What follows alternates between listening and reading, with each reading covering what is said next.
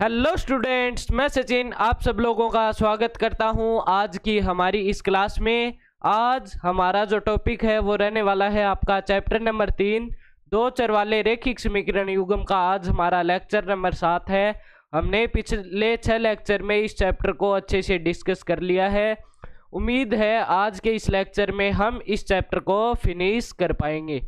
तो आज हमारा जो टॉपिक है वो इसमें विलोपन विधि है। विलोपन विधि को कल के लेक्चर में भी हमने डिस्कस किया था, उसको देखा, उसके एग्जाम्पल्स किए थे और जो हमारी एक्सरसाइज 3.3 थी इसके भी कुछ क्वेश्चंस हमने इस चैप्टर के लगाए थे। तो आइए अब हम चलते हैं, हमारे जो आगे के जो बचे हुए सवाल हैं उनको सॉल्व करने की कोशिश करते हैं।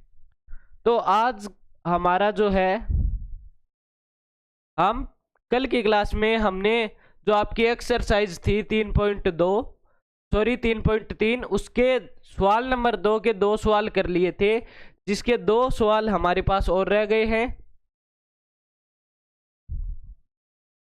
तो आइए अब हम इन सवालों को सॉल्व करने की कोशिश करते हैं। हमारा ये सवाल क्या कहता है, ये कहता है कि दो अंकों की संख्या के अंकों का योग 9 है। इस संख्या का 9 गुना संख्या के अंकों को पलटने से बड़ी संख्या का 2 गुना है, वह संख्या ज्ञात कीजिए। सबसे पहले हमें इस सवाल में दिया क्या गया है, वो दिया गया है कि 2 अंकों की संख्या है। यदि मैं बात करूं 2 अंकों की संख्या कौन सी होती है, यानी कि 10 से लेकर 10, 11, 12, 13, 14, 15, इससे लेकर 96, 97, 98 और जो लास्ट संख्या है वो क्या है, 99 है। 2 अंकों की सबसे छोटी संख्या है वो 10 है और जो सबसे बड़ी संख्या है वो क्या है, 99 है। ये हमारे पास 2 अंकों की संख्या है। यदि मैं बात करूं कि हम 2 अंकों की कोई भी संख्या की बात करें, जैसे इनमें से कोई मैंने ले ली 52 या मैंने ले ली 62 या 54, जैसे ये कोई मैंने संख्याएं 2 अंकों की कोई भी संख्या ली है, इसको जब हम मानेंगे तो वो किस तरह से मानेंगे। जैसे मान लेते हैं हम एक्स वाई के रूप में मानते हैं, तो क्या हम इन संख्याओं को एक्स वाई मानेंगे? यदि 2 अंकों की संख्या को आप एक्स वाई या ए बी इस तरह से मानोगे तो इसका मतलब क्या होता है, एक्स वाई का क्या मतलब है, एक्स इंटू वाई। क्या यदि मैं बात करूं 52, तो 52 का क्या यह मतलब है कि 5 इंटू 2, 5 गुणा 2 तो नहीं है। यदि मैं बात करूं एफ बी की, एफ बी का मतलब यहां पर हमें दिखाई दे रहा है ए इंटू बी। क्या यदि मैं 62 को एफ बी मानूंगा तो 62 का भी यही मतलब है कि 6 इंटू 2। क्या ये होता है? नहीं। तो हमारा मेन मुद्दा इसी सवाल में यही है कि हम जो ये 2 अंकों की कोई भी संख्या होगी इसको हम एज्यूम किस तरह से करेंगे। तो वो जब मैं बात करूं तो ये 52 को ही लेकर चलता हूं। 52 क्या है, 50, 5 इंटू 10 प्लस 2, 5 इंटू 10 प्लस 2, 5 गुणा 10 50 प्लस 2 52 हो गया। ये इसका ये मतलब है, यानी जो दहाई का जो अंक है, जो ये दहाई का अंक है 5, ये तो मल्टीप्लाई होगा 10 से, और जो इकाई का अंक आया है आपके पास जो 2, वो रहेगा इसके प्लस में। यानी हम 2 अंकों की कोई भी संख्या मानेंगे, जैसे एक्स वाई की बात करूं, एक्स वाई के रूप में यदि हम मानेंगे तो उसको किस तरह से मानेंगे, X into 10 plus Y, X into 10 plus Y, तो वो संख्या क्या होगी, एक्स वाई होगी। समझ रहे हो? मतलब एक्स वाई यानी एक्स जो है ना वो यहां पर दाई का अंक है, तो एक्स इंटू 10 होगा प्लस वाई होगा, तो ये वाई हो गया। इस तरह से यदि इन दोनों को पलटूं, अंकों को पलटने पर बड़ी संख्या 52 को पलटेंगे तो क्या बनेगा, 25। तो अब जो हमारे पास इकाई का अंक था वो दहाई का अंक बन जाएगा, जो दहाई का अंक था वो इकाई का अंक बन जाएगा।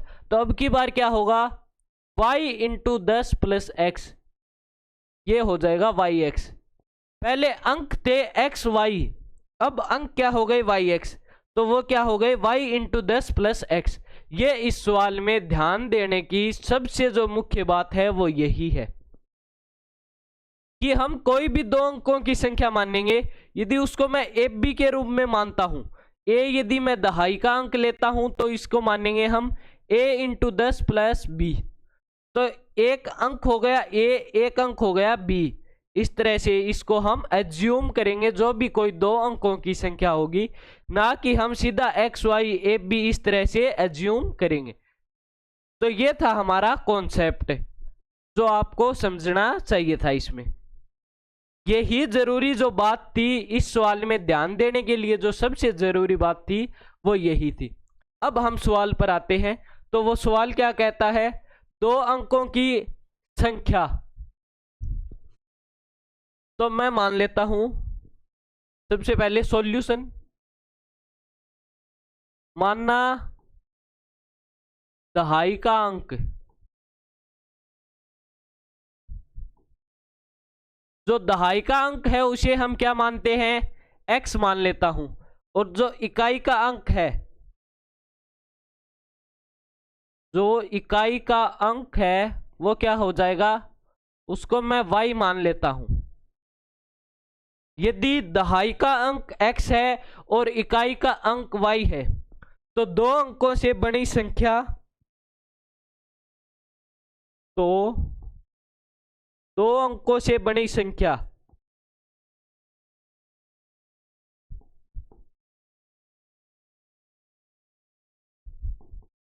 वो क्या हो जाएगी, अभी अभी मैंने बताया 10 इंटू एक्स, या इसे हम सीधा बोल सकते हैं 10x प्लस वाई।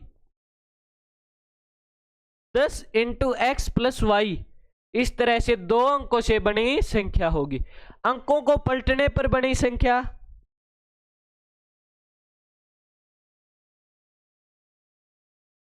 अंकों को उल्टने पर बड़ी संख्या वो क्या हो जाएगी,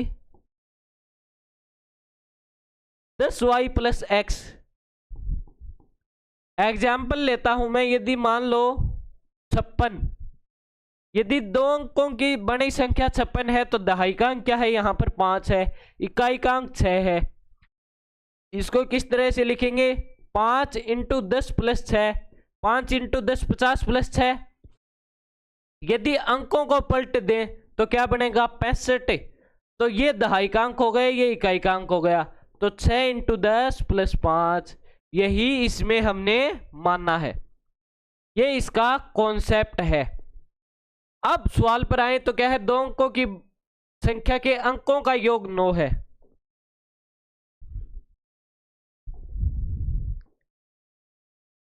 प्रश्नानुसार अब की बार इसने ये बोला है जो अंक हैं, यानी जो दहाई का अंक है और जो इकाई का अंक है, इन दोनों का योग क्या है, 9 है। तो क्या हो जाएगा, x प्लस वाई बराबर 9।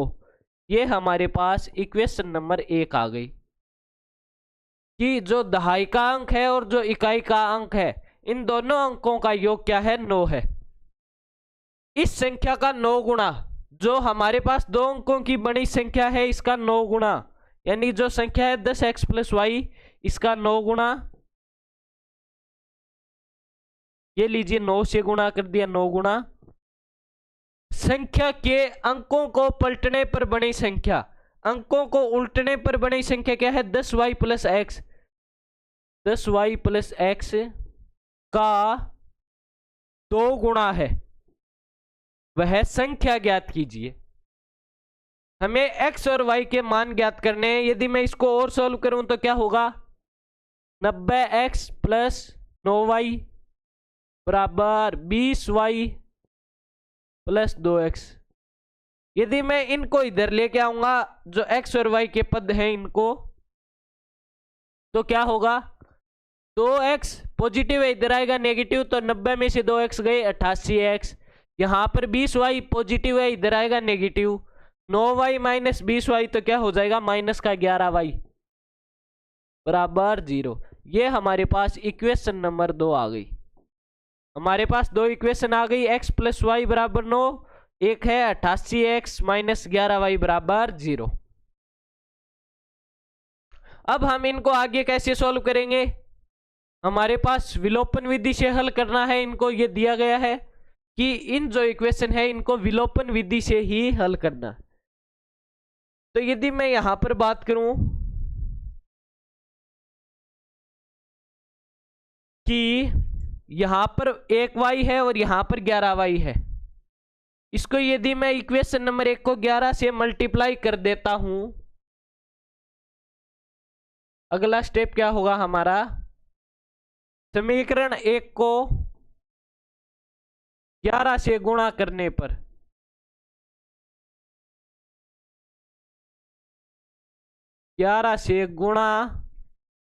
पर क्या आएगा हमारे पास? वो आ जाएगा 11x प्लस 11y बराबर 99। ये हमारे पास आया है। इसको मैं इक्वेशन नंबर 3 बोल दूंगा।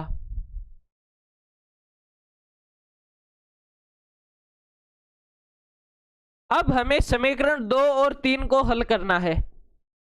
तो हम क्या करेंगे? समीकरण 2 को 3 में यदि जोड़ेंगे, ये -11y है, ये +11y है, दोनों विपरीत चिन्ह के हैं, तो हम इक्वेशन को क्या कर देंगे? जोड़ देंगे। समीकरण 2 से 2 तथा 3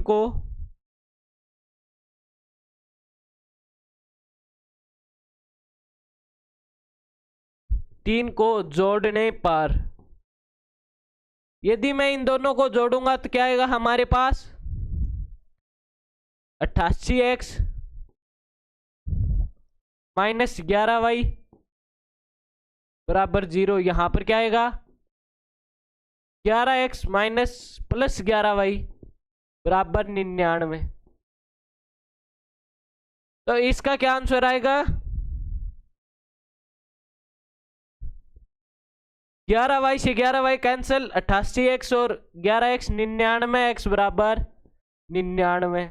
तो x का मान यहां से क्या आ गया? 1 आ गया। x का मान हमारे पास क्या आ गया? 1 आ गया। यदि मैं x का मान समीकरण नंबर 1 में रख दूंगा तो x का मान समीकरण 1 में रखने पर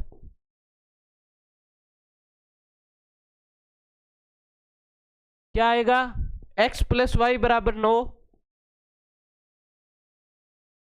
तो x की जगह पर क्या आ जाएगा? 1 आ जाएगा। तो y का मान क्या आ जाएगा? 8 आ जाएगा। y का मान हमारे पास क्या आ गया? 8 आ गया।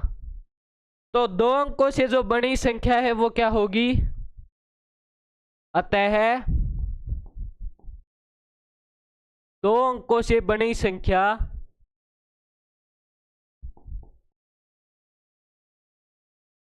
वो क्या थी हमारे पास? 10x plus Y. 2 अंकों से बड़ी संख्या 10x प्लस वाई थी। x का मान 1 है, 10 इंटू 1 10 प्लस y का मान क्या है? 8 है। तो हमारे पास वो संख्या क्या आ गई? 18 आ गई। यदि आप देखोगे 1 और 8 का योग कितना है? 9 है। और क्या दिया गया था कि जो बड़ी संख्या है उसका 9 गुना, 18 का 9 गुना और 81 का 2 गुना। 18 का 9 गुना और 81 का 2 गुना सेम आएंगे। तो ये भी बात संतुष्ट कर रही है। तो अतः 2 अंकों से बड़ी संख्या क्या है? वो है 18 हमारे पास आई है। तो आइए अब हम चलते हैं हमारे अगले सवाल पर। वो है ये, इसमें क्या दिया गया है कि किराए पर पुस्तकें देने वाले किसी पुस्तकालय का प्रथम 3 दिनों का एक नियत किराया है तथा उसके बाद प्रत्येक अतिरिक्त दिन का अलग किराया है। सरिता ने 7 दिनों तक एक पुस्तक रखने के लिए 27 रुपये अदा किए, जबकि सुशी ने एक पुस्तक 5 दिनों तक रखने के लिए 21 रुपये दिए। नियत किराया तथा प्रत्येक अतिरिक्त दिन का किराया ज्ञात कीजिए। इस सवाल में हमें यह कहने की कोशिश कर रहा है कि जो प्रथम 3 दिन है, एक लाइब्रेरी है, उससे कोई बुक लेता है, उसका किराया लगता है। तो जो प्रथम 3 दिन है उनका एक फिक्स किराया है, चाहे आप 2 घंटे में लौटा दो, चाहे आप 1 दिन में उस बुक को लौटा दो, या आप 2 दिन में लौटा दो या 3 दिन में लौटा दो, वो किराया एक फिक्स है शुरुआत के 3 दिनों तक। उसके बाद जितने दिन आप बुक रखोगे प्रत्येक दिन का एक अलग नियत किराया लगेगा, एक अलग किराया लगेगा प्रत्येक दिन का। तो जो नियत किराया है वो तो लगेगा ही लगेगा। उसके बाद 3 दिनों के बाद जितने दिन आप बुक रखोगे उतने दिन का अतिरिक्त किराया लगेगा। तो हमें जो नियत किराया है और जो अतिरिक्त किराया है वो दोनों ज्ञात करने हैं। सबसे पहले हम क्या करेंगे, हल में हम मानेंगे, पहले तो माना नियत किराया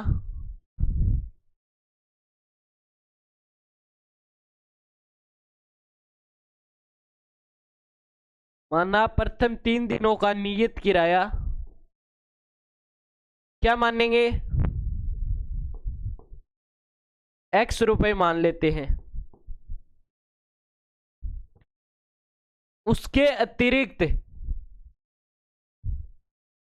प्रत्येक दिन का किराया, उसके अतिरिक्त प्रत्येक दिन का किराया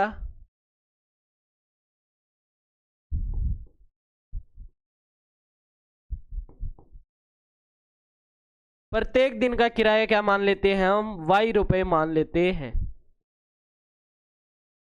अब ये बताओ कि जो सरिता है, सरिता ही है ना, हाँ, सरिता ने 7 दिनों तक पुस्तक रखी, मतलब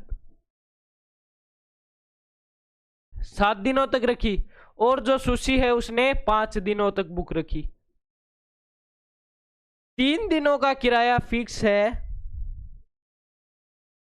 इन 3 दिनों का किराया फिक्स है दोनों का, ये x है। तो ये क्या हो जाएगा, x प्लस 4y, एक दिन का y है और ये x है, तो x प्लस 1 2 3 4y, और इसको हम किस तरह से लिखेंगे, x प्लस 2y, क्या यही लिखेंगे। तो अब हम क्या लिखेंगे, प्रश्नानुसार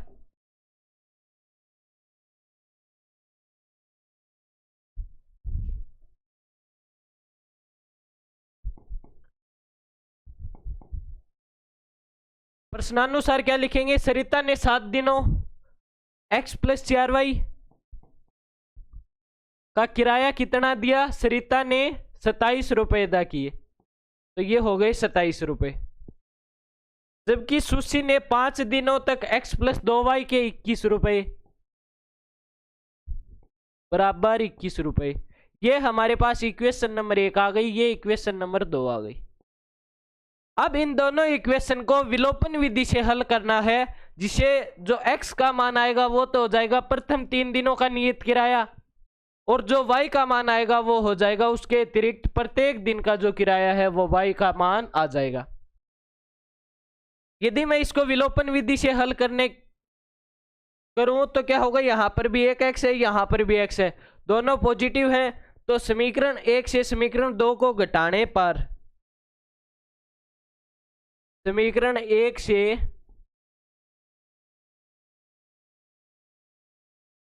समीकरण 2 को घटाने पर क्या आएगा,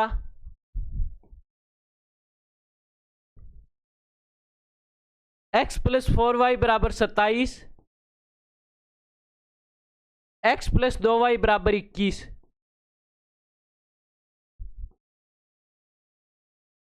यदि इनको घटाना है तो जो नीचे का जो इक्वेशन है इसके जो साइन है उनको हम चेंज कर देंगे, ये पॉजिटिव से नेगेटिव, ये पॉजिटिव है तो नेगेटिव, ये पॉजिटिव है तो नेगेटिव हो जाएगा। अब हमारे पास क्या बचेगा, x से x कैंसिल, 4y में से 2y गए तो क्या बचेगा 2y, 27 में से 21 गएंगे 6, तो y का मान क्या आ गया हमारे पास 3 आ गया। यानी कि 3 दिनों के अलावा प्रत्येक दिन का किराया क्या है, वो है 3 रुपए है। अब हम चलते हैं x का मान ज्ञात करेंगे तो क्या करेंगे, y का मान समीकरण 2 में रखने पर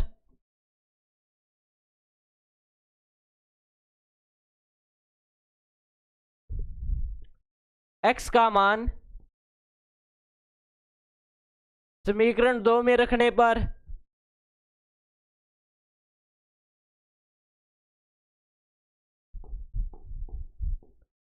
क्या आ जाएगा, सॉरी y का मान आया है हमारे पास, x का नहीं आया है।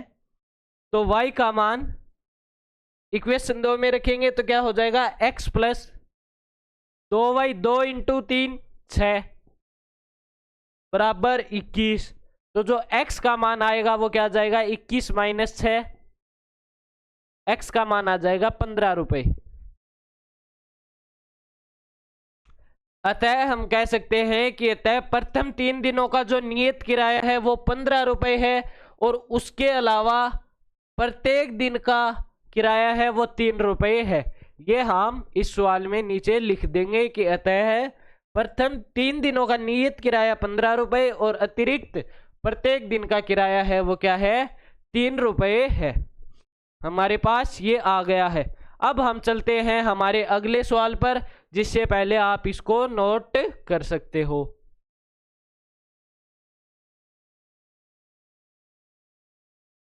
यदि मैं बात करूं तो हमारे जो एक्सरसाइज के जो सवाल हैं वो कंप्लीट हो गए हैं। अब हम हमारे जो एग्जाम्पल जो बच्चे थे उनको सॉल्व करते हैं। हमारे पास ये एक सवाल है, 2 व्यक्तियों की आय का अनुपात 9:7 है और उनके खर्चों का अनुपात 4:3 है। यदि प्रत्येक व्यक्ति प्रति महीने में 2000 रुपये बचा लेता है तो उसकी मासिक आय ज्ञात कीजिए। इसमें यह बताया गया है कि जो 2 व्यक्ति हैं उनकी आय का अनुपात है वो 9:7 है और उनके खर्चों का अनुपात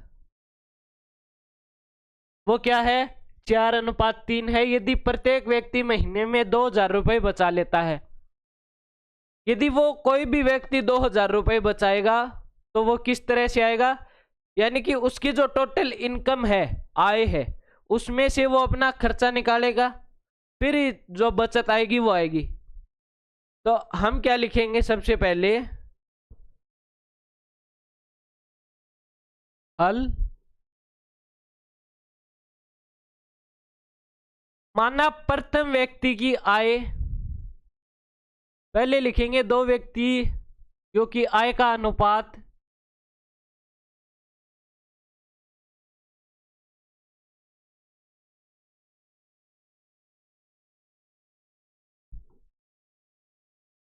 वो क्या है, 9:7 है।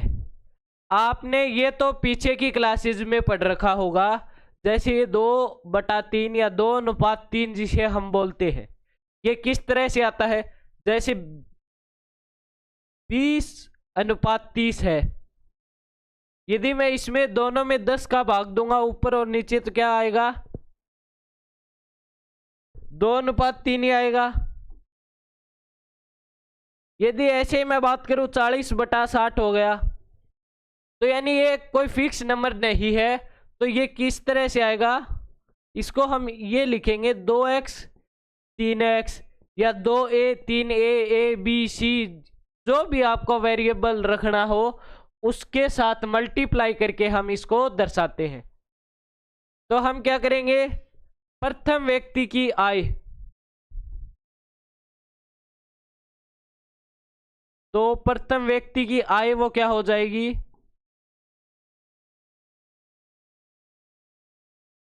9x हो जाएगी। द्वितीय व्यक्ति की आय 7x हो जाएगी। दूसरे व्यक्ति की आय वो क्या हो जाएगी, 7x।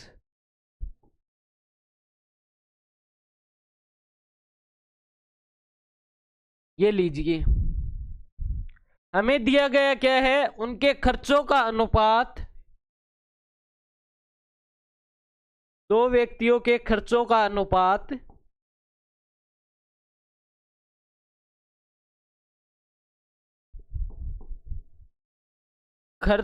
अनुपात क्या दिया है, 4:3 दिया गया है।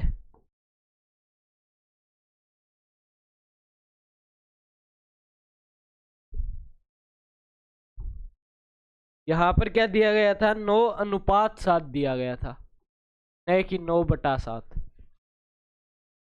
तो प्रथम व्यक्ति का खर्चा वो क्या हो जाएगा? 4x। दूसरे व्यक्ति का खर्चा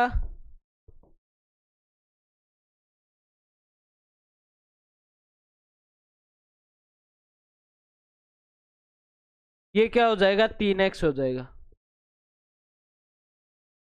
अब मैंने बता रखा है कि यदि प्रत्येक व्यक्ति की बचत 2,000 रुपए है तो 2,000 रुपए कैसे आएगा? जैसे प्रथम व्यक्ति की बचत कैसे आएगी? 9x माइनस 4x, 4y होगा ये, 4x नहीं होगा, क्योंकि हमने x जो वेरिएबल है उसको ऊपर काम में ले लिया है वो आय दर्शाने के लिए। तो इसको हम 4y और 3y से दर्शाएंगे, क्योंकि ये तो आय है और ये खर्चा है। बचत कैसे आएगी? जो इसका जितनी आय होगी उसमें से उसका उतना खर्चा निकाल देंगे तो बचत आ जाएगी। अब लिख देंगे हम, प्रश्नानुसार लिख सकते हैं। हाँ, प्रश्नानुसार लिखते हैं। क्या आएगा प्रश्न के अनुसार हमारे पास? कि जो 9x है, प्रथम व्यक्ति का बचत कैसे आएगा? 9x माइनस 4y बराबर 2,000 रुपए। ये इक्वेशन नंबर 1 आ गई। यदि मैं बात करूं दूसरे व्यक्ति की बचत, तो 7x माइनस 3y बराबर 2,000। ये आ गई इक्वेशन नंबर 2। इक्वेशन नंबर 1 और 2 से अब हमें x और y के जो मान हैं वो ज्ञात करने हैं। वो हम किस तरह से ज्ञात करेंगे? उसका एक सिंपल सा हम विलोपन विधि से कर सकते हैं इनको। इस सवाल में क्योंकि दिया नहीं गया है कि आप उसको विलोपन विधि से ही हल कीजिए, तो आप इसको प्रतिस्थापन विधि से भी हल कर सकते हैं और आप इसको विलोपन विधि से भी हल कर सकते हैं। जो विधि आपको आसान लगे उस विधि से आप इस सवाल को कर सकते हैं। अब हम क्या करेंगे? मैं इसको विलोपन विधि से हल करने की कोशिश करता हूं। यदि मैं समीकरण नंबर 2 को 4 से गुणा कर देता हूं और समीकरण नंबर 1 को 3 से गुणा कर देता हूं, यदि इसको मैं 3 से मल्टीप्लाई कर देता हूं और इसको मैं 4 से गुणा कर देता हूं, तो क्या आएगा हमारे पास? जो नई इक्वेशन आएंगी वो आएगी 27x माइनस 12y बराबर 2 इंटू 3 6,000। यहां से क्या आएगी? 28x माइनस 12y, और ये क्या हो जाएगा? 8,000 आ जाएगा। ये हमारे पास आ गई। आपको क्या करना है? ये लिखकर नीचे लिखना है। समीकरण नंबर 1 को 3 से गुणा करने पर, समीकरण नंबर 2 को 4 से गुणा करने पर, इसको आपको इक्वेशन नंबर 3 नाम दे देना है और इसको आपको 4 नाम दे देना है। फिर आप नीचे लिखोगे समीकरण 3 में से समीकरण 4 को घटाने पर क्या आएगा हमारे पास? वही आएगा, ये पॉजिटिव है नेगेटिव हो जाएगा, ये नेगेटिव पॉजिटिव, ये पॉजिटिव है नेगेटिव हो जाएगा। तो 12y से 12y कैंसिल, 27x में से 28x घटाएंगे तो क्या आ जाएगा? माइनस x बराबर माइनस का 2,000।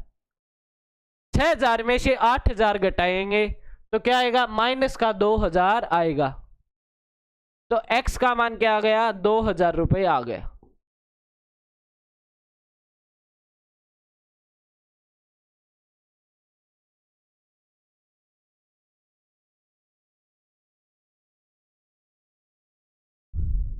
ये हमारे पास आ गया है।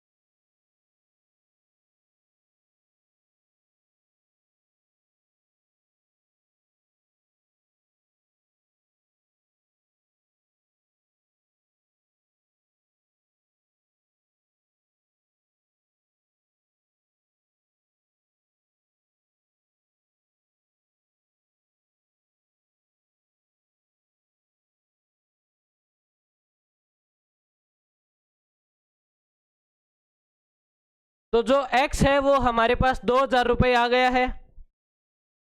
अब हम क्या करेंगे, इसी से y का मान निकालेंगे। तो x का मान यदि मैं इक्वेशन नंबर 1 या 2 में से किसी में भी रखता हूं, x का मान समीकरण 1 में रख लेता हूं। 1 में रखने पर क्या आएगा, 9 into x, 9 into 2000 minus 4y, 4 into y बराबर 2000। ये क्या हो जाएगा, 18000 माइनस 4y बराबर 2000। यदि ये 18000 पॉजिटिव है, इधर जाएगा नेगेटिव हो जाएगा, तो माइनस का 4y बराबर माइनस का 16000। नेगेटिव 18000 में से 2000 जोड़ेंगे उसमें, तो क्या आएगा, नेगेटिव के 16000। माइनस से माइनस कैंसिल हो जाएगा, तो y का मान क्या आ जाएगा, 4 यहाँ पर मल्टीप्लाई में डिवाइड में जाएगा, तो y का मान हमारे पास 4000 आ गया। y का मान क्या आ गया, 4000 आ गया। अब हम ये लिख देंगे, अतः पर उनकी मासिक आय ज्ञात करने। तो हम क्या लिखेंगे, अतः प्रथम व्यक्ति की आय, अतः प्रथम व्यक्ति की मासिक आय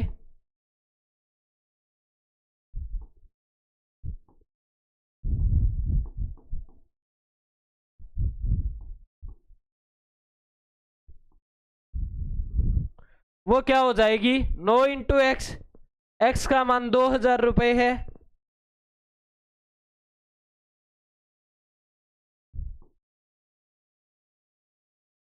तो क्या आ जाएगी, रुपये 18000।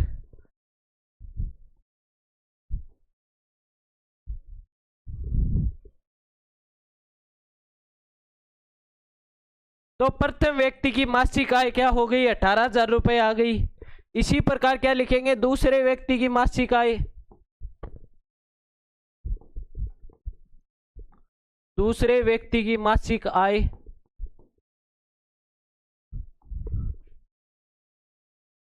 वो क्या हो जाएगी, 7x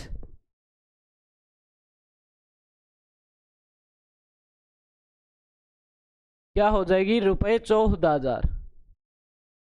14000 रुपये हमारे पास दूसरे व्यक्ति की जो मासिक आय है वो आ गई है। हमने दोनों व्यक्ति की जो मासिक आय थी उसको ज्ञात कर दिया है। अब हम चलते हैं हमारे अगले सवाल पर, वो ये है कि विलोपन विधि का प्रयोग करके निम्न रैखिक समीकरण युग्म के सभी संभव हल ज्ञात कीजिए। यदि आपने सवाल को अच्छे से देखा है,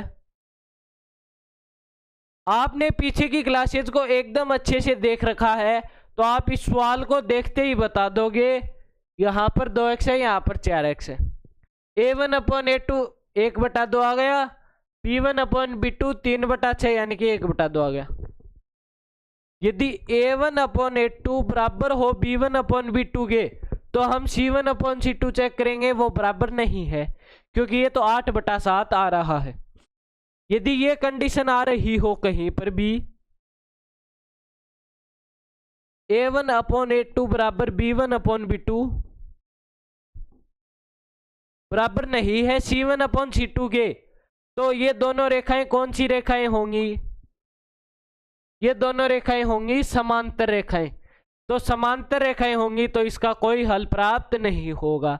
इसीलिए मैं आपको सबसे पहले ही बता देता हूं, यहां पर x और y के जो मान हैं वो हमारे पास निकल कर नहीं आएंगे। तो आइए अब हम सवाल को सॉल्व करने की कोशिश करते हैं। आते हैं तो अच्छी बात है, नहीं आते हैं तो अच्छी बात है। इसको यदि मैं इक्वेशन नंबर 1 नाम दे देता हूं, इसको इक्वेशन नंबर 2 नाम दे देता हूं। अब हम क्या करेंगे, समीकरण 1 को 2 से मल्टीप्लाई कर देता हूं।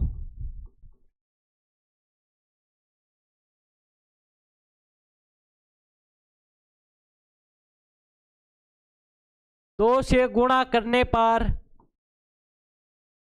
क्या आएगा हमारे पास? 4x प्लस 6y बराबर 16। ये आ गई इक्वेशन नंबर 3।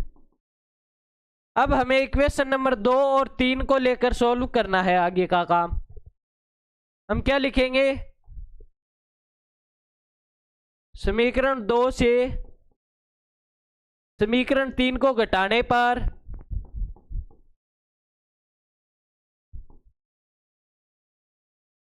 हमने ऐसा क्यों किया, क्योंकि यहां पर भी 4x है, यहां पर भी 4x आ गया। तो क्या होगा,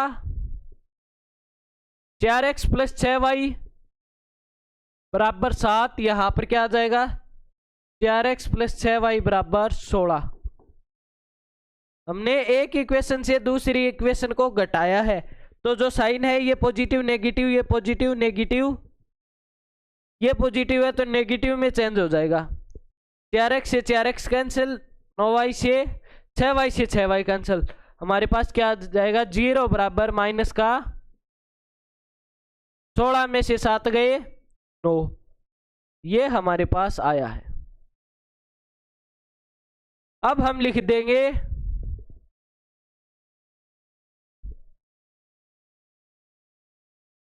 अतः यह समीकरण गणितीय रूप से गलत है, गणितीय रूप से असत्य है।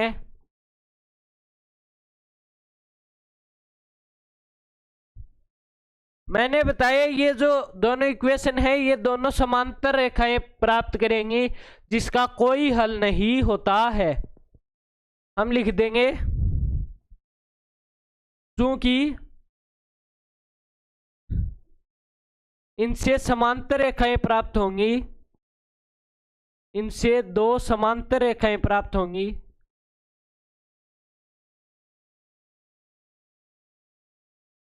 रेखाएं प्राप्त होंगी जिसका कोई हल नहीं होता है, इसीलिए इसका कोई हल नहीं होगा।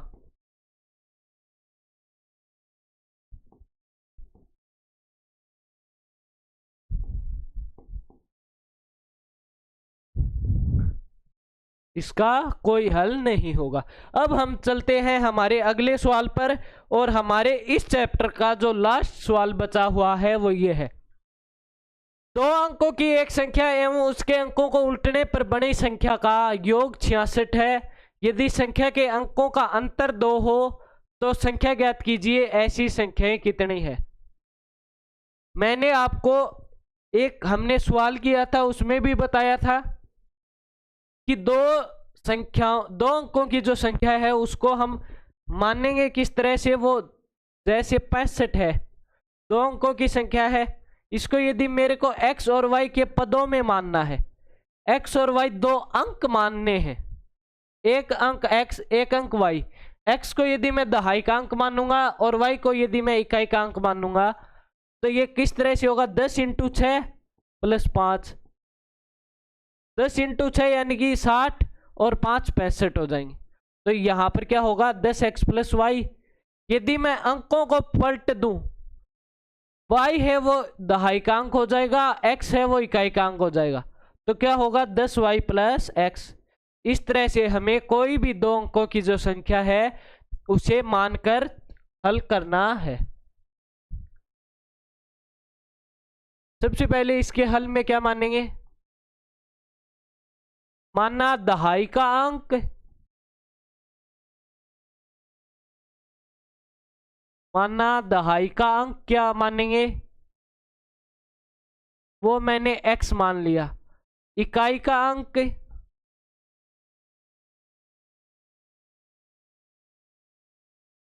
उसको मैंने y मान लिया। तो दो अंकों से बड़ी संख्या,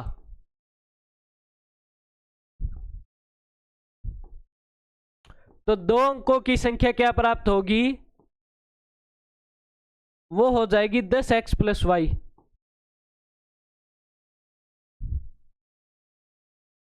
यदि अंकों को उल्टने पर बड़ी संख्या, अंकों को पलटने पर बड़ी संख्या,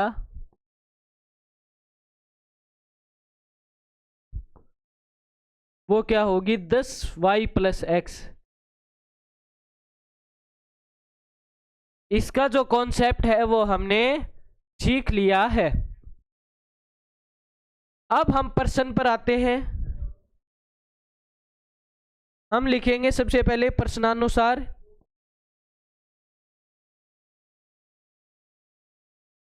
वो है दो अंकों की एक संख्या और उसके अंकों को उल्टने पर बनी संख्या का योग 66 है। यानी 10x plus y plus 10y plus x का योग 66 है। यदि संख्याओं का अंतर, यदि संख्या के अंकों का अंतर 2 हो, ये इक्वेशन नंबर 1 हो गई। अंकों का अंतर मतलब एक तो x माइनस वाई हो सकता है बराबर 2, या ये भी हो सकता है कि y माइनस एक्स वो क्या आ जाए, 2 आ जाए हमारे पास।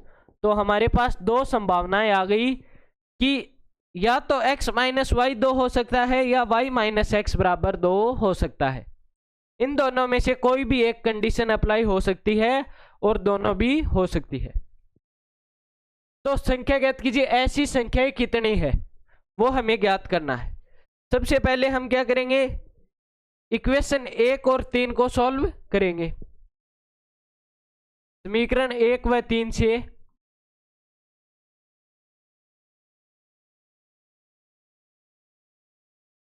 एक व 3 से क्या आ जाएगा, यहां पर 10x है, 1x यानी 11x प्लस 11y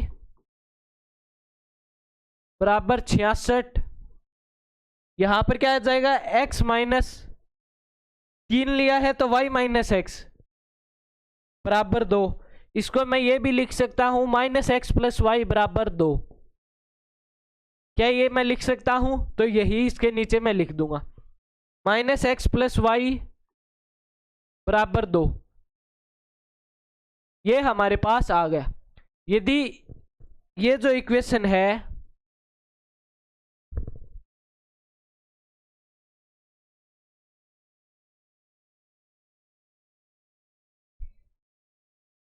इसमें 11 का भाग दे दें, दोनों तरफ से 11 से डिवाइड कर दें, तो क्या प्राप्त होगा, नई इक्वेशन जो प्राप्त होगी वो होगी x प्लस वाई बराबर 6। अब हमें इन दोनों को हल करना है, x प्लस वाई बराबर 6 और माइनस एक्स प्लस वाई बराबर 2। यदि इन दोनों इक्वेशन को ऐड कर देंगे तो क्या होगा, x से x कैंसिल, यहां पर 2y बराबर 6 प्लस 2 बराबर 8, तो y का मान क्या आ गया, 4 आ गया। y का मान 4 आ गया। इस y के मान को यदि इस इक्वेशन में रखें तो क्या होगा, x प्लस वाई बराबर 6, y की जगह 4 रख देंगे तो x बराबर 6 माइनस 4, x का मान 2 आ जाएगा। अतः दो अंकों की संख्या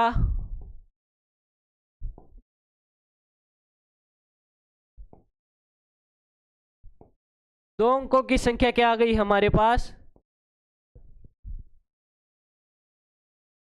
24 आ गई है। वो हमारे पास क्या आ गई है, x और y। यानी 24, 2 इंटू एक्स, 2 इंटू 10 20 और 4 जोड़ देंगे उसमें तो 24 आ गई है।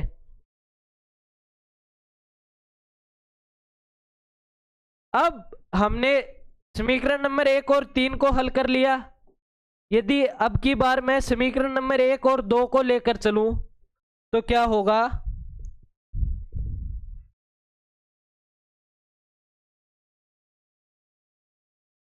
समीकरण 1 व 2 से 1 व 2 से हमें क्या रिजल्ट आएगा? एक है वही 11x प्लस 11y बराबर 66।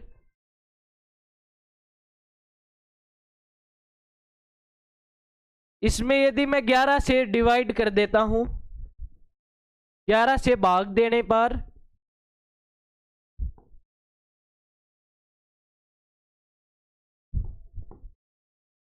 क्या आएगा हमारे पास? x प्लस वाई बराबर 6 और इक्वेशन नंबर 2 क्या है? x माइनस वाई बराबर 2। इन दोनों इक्वेशन को यदि हम ऐड कर देंगे तो हमारे पास क्या आएगा? y से y कैंसिल हो जाएगा, 2x बराबर 8, x का मान क्या आ गया? 4 आ गया। x का मान 4 आ गया। इस x के मान को यहां पर रखेंगे तो क्या आएगा?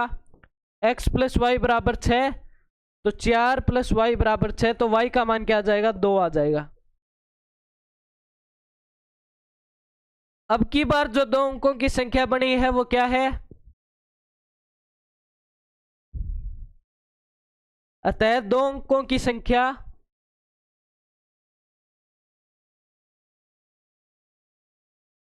दो अंकों से बड़ी संख्या वो क्या है? 4 इंटू 2 42 है। अब की बार 42 आई है हमारे पास। यदि मैं देखूं हमारे पास एक संख्या 42 आई है, एक संख्या 24 आई है। हमारे पास ऐसी दो संख्याएं आई हैं। इसने यही पूछा है ऐसी संख्याएं कितनी है, तो हम लिख देंगे अतः ऐसी दो संख्याएं हैं, अतः ऐसी दो संख्याएं प्राप्त हुई हैं। दो संख्याएं प्राप्त हुई है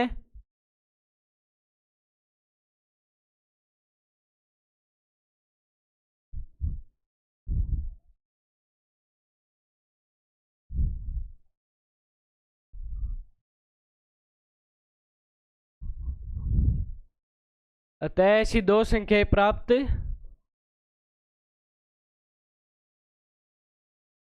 हुई है। वो क्या है संख्याएं? एक संख्या,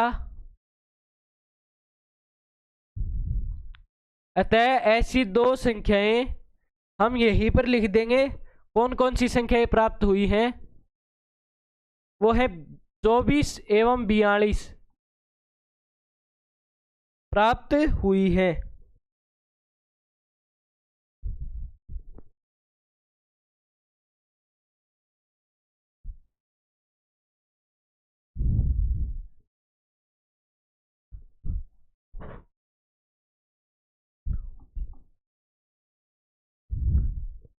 दो संख्या क्या है? एक 24 आई है, एक 42 आई है। ये हमारा इस चैप्टर का जो लास्ट जो क्वेश्चन था वो था। हमने इन 7 लेक्चर में इस चैप्टर को बहुत अच्छे से फिनिश कर लिया है। 7 लेक्चर में हमने इस चैप्टर में क्या क्या देखा एक बार वो देख लेते हैं। तो हमने सबसे पहले देखा कि दो चर वाले रैखिक समीकरण के युग्म हैं, इनका ग्राफीय हल देखा। फिर हमने इनका जो बीजीय हल है उसमें दो विधियां देखी, एक थी प्रतिस्थापन विधि, एक थी विलोपन विधि। हमने दोनों विधियों को अच्छे से डिस्कस कर लिया है। अब आपको यदि सवाल में कोई भी ऐसा दिया नहीं गया हो कि इसको प्रतिस्थापन विधि से हल कीजिए या इसे विलोपन विधि से हल कीजिए, तो आप दोनों विधि में से कोई भी एक विधि लगाकर इसको हल कर सकते हो। यदि दिया गया हो तो स्पेसिफिक उसी विधि को आपको प्रयोग में लेके आना है, लेकिन यदि नहीं दिया गया हो तो आप कोई भी विधि लगा सकते हो। वो आपको जो भी विधि आसान लगे उस विधि को आप लगा सकते हो। तो आज हमने इस चैप्टर को फिनिश कर लिया है। इसी पर मैं आप सब लोगों के लिए 2 लाइन लेके आया हूं। वो क्या है? उम्र थका नहीं सकती, ठोकरे गिरा नहीं सकती। उम्र थका नहीं सकती, ठोकरे गिरा नहीं सकती, अगर जिद हो जीतने की तो हार भी हरा नहीं सकती। इसी के साथ इस चैप्टर को हम यहीं पर फिनिश करते हैं। मिलते हैं आप सब लोगों से जल्द ही एक और नए चैप्टर के साथ, जो कि होने वाला है हमारा द्विघात समीकरण यानी कि क्वाड्रेटिक इक्वेशन, जिसको हम जल्द ही स्टार्ट करने वाले हैं। तो आज के लिए सिर्फ इतना ही। मिलते हैं जल्द ही एक और नई क्लास के साथ।